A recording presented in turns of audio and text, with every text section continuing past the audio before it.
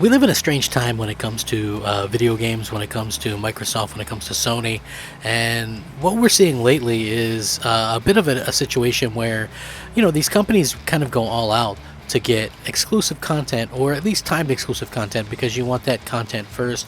We're living in the day and age of the content wars, and it doesn't look like that's ever going to change as we get more and more into the things that are going on in this weird stratosphere that we call video game consoles. So it shouldn't really surprise anybody that Microsoft will get some of these exclusives, and then they'll end up going to PlayStation. PlayStation will get some of these exclusives, and they end up going to Xbox and elsewhere. It's just the way it is.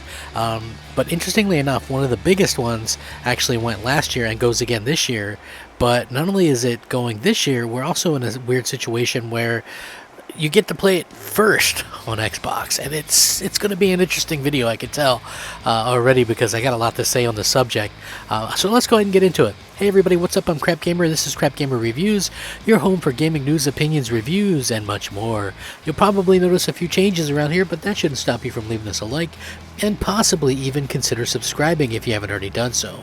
Thank you so much for choosing to spend some of your free time with me today watching one of my videos, and if you do watch, please leave a like, as it helps the channel grow and helps the video to be seen. Thank you guys very much. So this was a bit of a strange one, and I just kind of wanted to kind of cover it and talk about it, just because it's so strange the way that these things come up. There's two games actually, right? So we know that MLB The Show 22 is going to be on Xbox and Switch and things like that. We know that that was kind of a thing that happened last year, and it was in Game Pass, and 22 is in Game Pass as well. So for MLB The Show fans, so they're less than a week away from MLB The Show, and it's going to return to Game Pass this year. Though they're trying something new, offering a new bundle for Xbox Game Pass members who want to play during an early access period. Previously only available to the MVP and Digital Deluxe Edition players, introducing the MLB The Show Game Pass Early Access Bundle. Play 4 days early with the Early Access Bundle. The Early Access period is one of the most exciting parts of MLB The Show season, as players explore the new game for the first time. Try the new modes, like this year's 2v2 and 3v3 crossplay-enabled co-op, and begin their Diamond Dynasty teams. However, Xbox Game Pass members were left with a tough decision if they want to join the Early Access fun. With the Xbox Game Pass Early Access Bundle for $49.99, Xbox Game Pass members can play 4 days early. Now, with the Xbox Game Pass Early Edition bundle, in addition to playing 4 days early, players will receive 2 Gold Choice Packs, 10 The Show Packs, 1 Ball Player Pack, double daily rewards, and 10k stubs. If you pre-order the Access bundle, you receive 1 more Gold Choice Pack. Please note the Early Access bundle does not include any entitlements to MLB The Show 22. This bundle is intended exclusively for Xbox Game Pass members to play MLB The Show 22 early. If you're not an Xbox Game Pass member and you purchased the bundle, you will not be able to play The Show 22. For those fans, we recommend the MVP Edition or Digital Deluxe Edition. We hope players enjoy the new option for playing MLB The Show 22 early.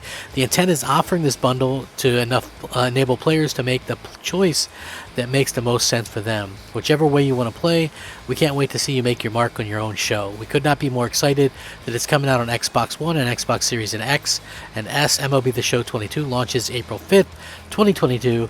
Get early access beginning April 1st, which was a few days ago or whatever. But the interesting part is the fact that this game is indeed offering free perks for Game Pass members, which kind of comes as a little bit of a surprise that that's the way that they decided to kind of go about things with this. Now, for me personally, I think it's cool. I'm just going to wait till it drops in Game Pass. Like, I know a lot of people go, oh, well, that's what the enemy would say or whatever. But listen, especially when it comes to sports games or yearly sports releases, like I used to pick up the show every few years or whatever.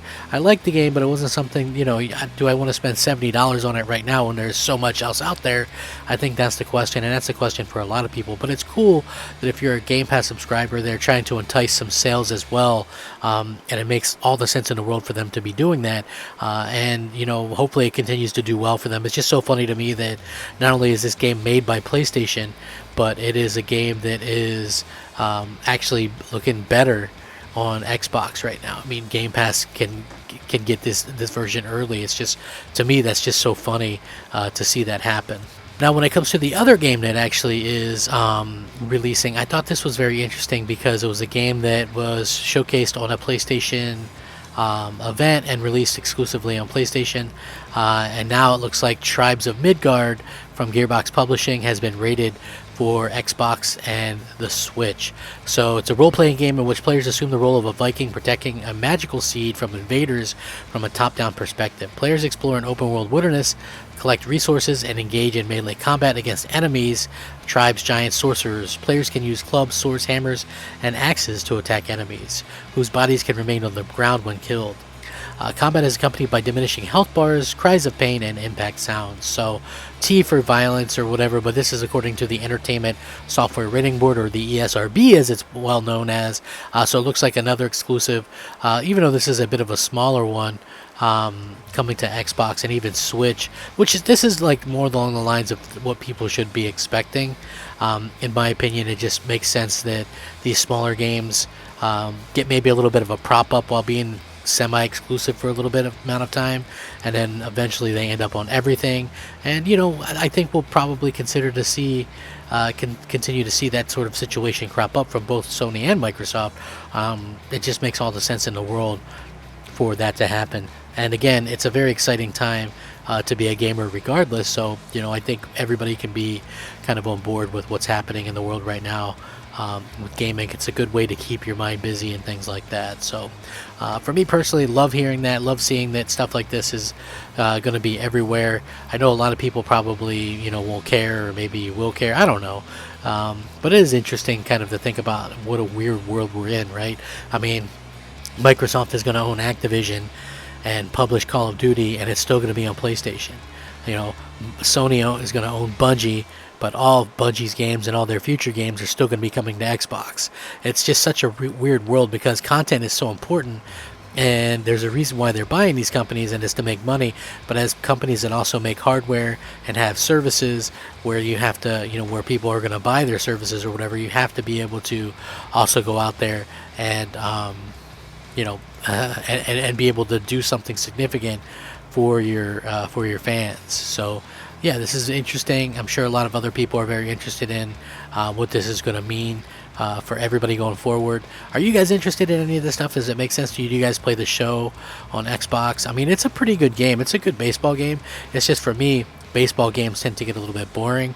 I like playing the little character or whatever, and then you're in the minors and work your way up or whatever. I think that's a really cool thing and a cool aspect of it. But overall, I think it's a fun thing to hop onto, and I'm thankful that Game Pass is there to sort of alleviate having to pay $70 for it. So let me know what you guys think down below.